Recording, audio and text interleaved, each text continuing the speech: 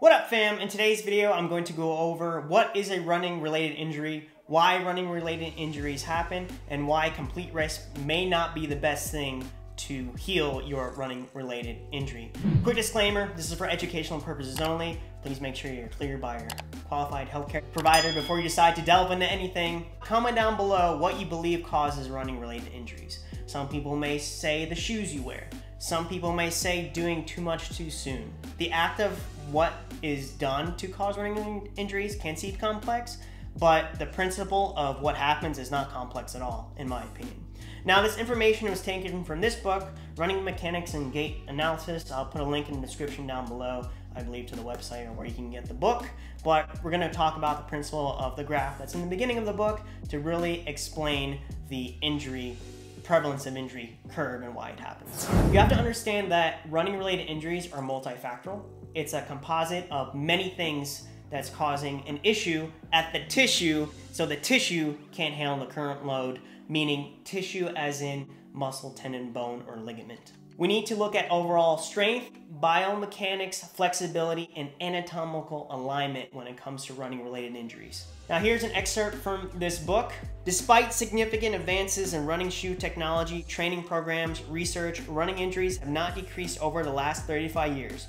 Some injuries such as IT band syndrome and stress fractures have doubled. That's right, fam, double stress fractures. We don't want that. You would think that highly cushioned shoes, right, training programs and stuff, those things and the technologies should have minimized the injuries for the concept of mechanics and the concept of load on the tissues and the concept of trying to stabilize a structure without straining the structures in the first place is going to lead to movement elsewhere in the body, which will lead to more injury. Now, the majority of running related injuries are overuse injuries. Now, there is no current agreed definition of a running related injury, but most authors agree that it is an injury that is of at least 1 week duration that affects speed, distance, duration, or frequency of your running patterns. An overuse injury is the combined fatigue effect over a period of time beyond the capabilities of the stressed structure. The fatigue comes from doing too much too soon, too many steps, too high intensity, etc. And structures are taking more load than they should be due to things like biomechanics, anatomical alignment, flexibility, etc. So how do we allow a structure of the body to handle more load? We train for it, right? We go to the gym, we control how we're increasing our volume in terms of distance, strength, speed, duration in a uniform fashion. Remember, training isn't linear, running isn't linear, but in a way that allows your body to catch up and adapt so that you can handle the current load for training for that running event, right? So right in front of you is a graph taken from the book. On the left side, stress, and on the bottom, frequency. Think of this as the number of steps you take. For frequency is how many steps you take in a given duration, and stress is like the number of steps or intensity or load on the tissues, right? Now we have a line in the middle here that's curved. To the left of that curved line, we have the safe zone. And on the right of that curved line, we have the injury prevalent zone. For example, say you decide you feel really good and you want to go for like a 15-mile long run, but you want to run your long run at a high stress state. And you decide to run your long run at like 550, 540, 530 pace because you're feeling great. So running that hard, stress is high. Running that frequent, more steps, that's high. So you put those two pieces together, you're gonna end up in the injury zone. Now, how can I stay in the safe zone and not get hurt? Each structure of your body is independent on how the body adapts, right? To, in this case, for those watching at home, the sport of running. You can apply this to any sport or anything for that matter. What we want is we want to train at the certain point right where stress and frequency meets at that curve. If you do it that way, your body will adapt and the shift in that curve will shift to the right, giving you a larger safe zone and a smaller injury zone, which is what we want.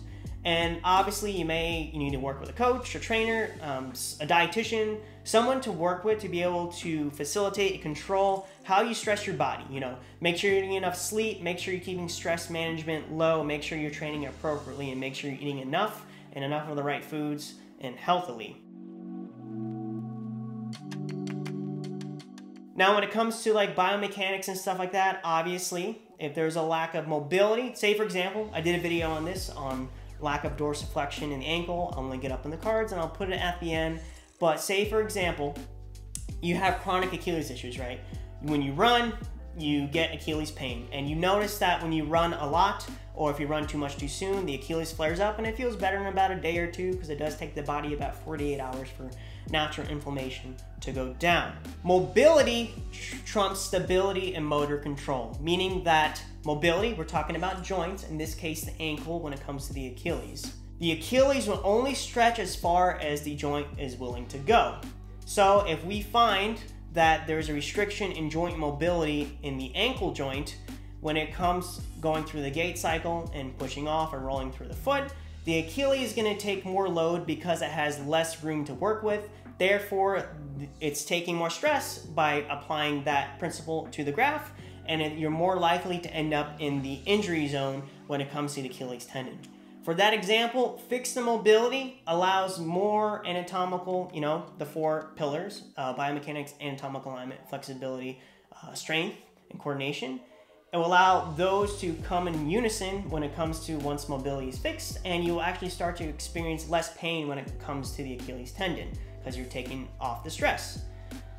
Now, when it comes to like feeling an overuse injury or a niggle or naggle, again, make sure you check with your qualified healthcare provider. But for majority of the time, if the pain stays at about a 4 out of 10 and does not get worse than a 4 out of 10, you're probably okay to run on it, assuming that when you're running on it, it either gets less than a 4 out of 10 during the run and does not get worse after the run and does not get worse during the run. You have to train that structure specifically.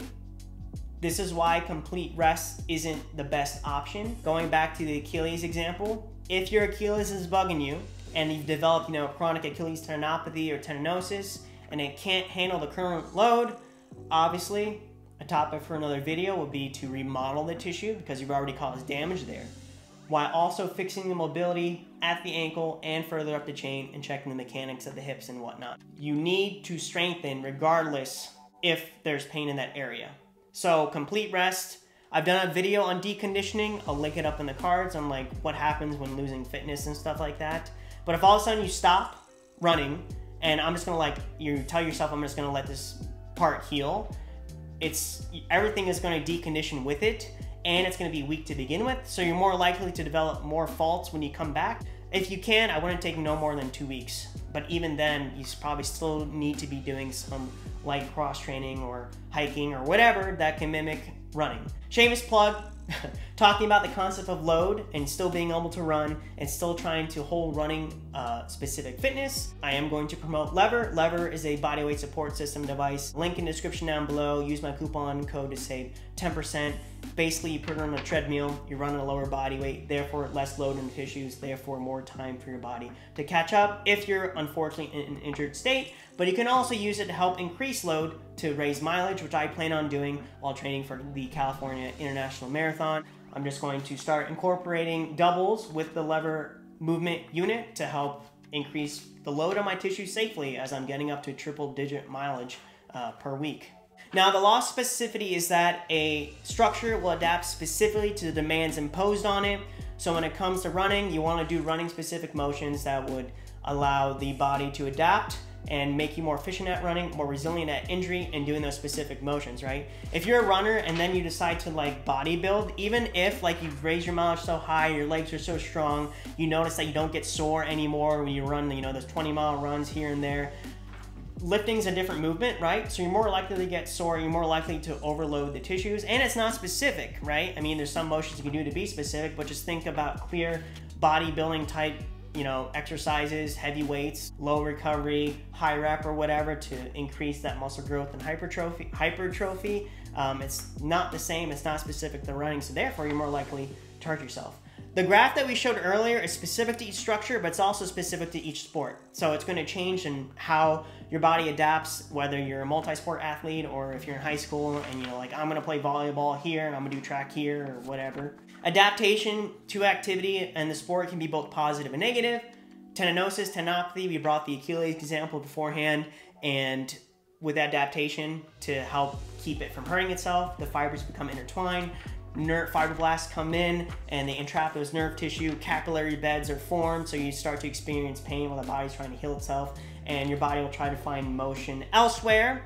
For example, lack of mobility in the ankle, Achilles issues. You probably also develop patellar tendon issues on the same side, because forces don't just go away. They have to dissipate elsewhere, so it goes up the kinematic chain. Your body will always try to find a range of motion to achieve a movement through space, and sometimes the body isn't ready for that, or there's specific structures and you develop an injury. Aerobic systems seem to develop faster than everything else, so even though you feel good and you notice you're getting faster while you're training for your running or following a running program, doesn't necessarily mean all the other structures have caught up.